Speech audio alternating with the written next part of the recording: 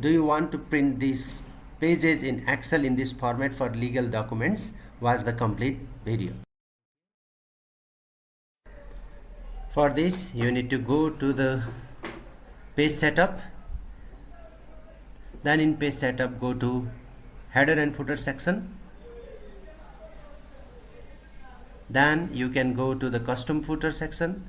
Then you can see left section, center section and the right section.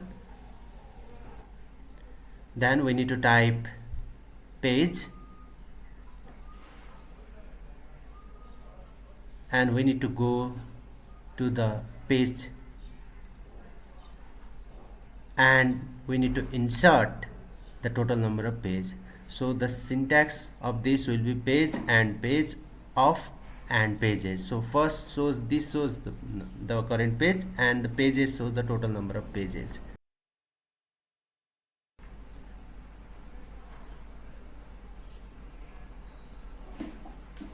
Then you need to click OK.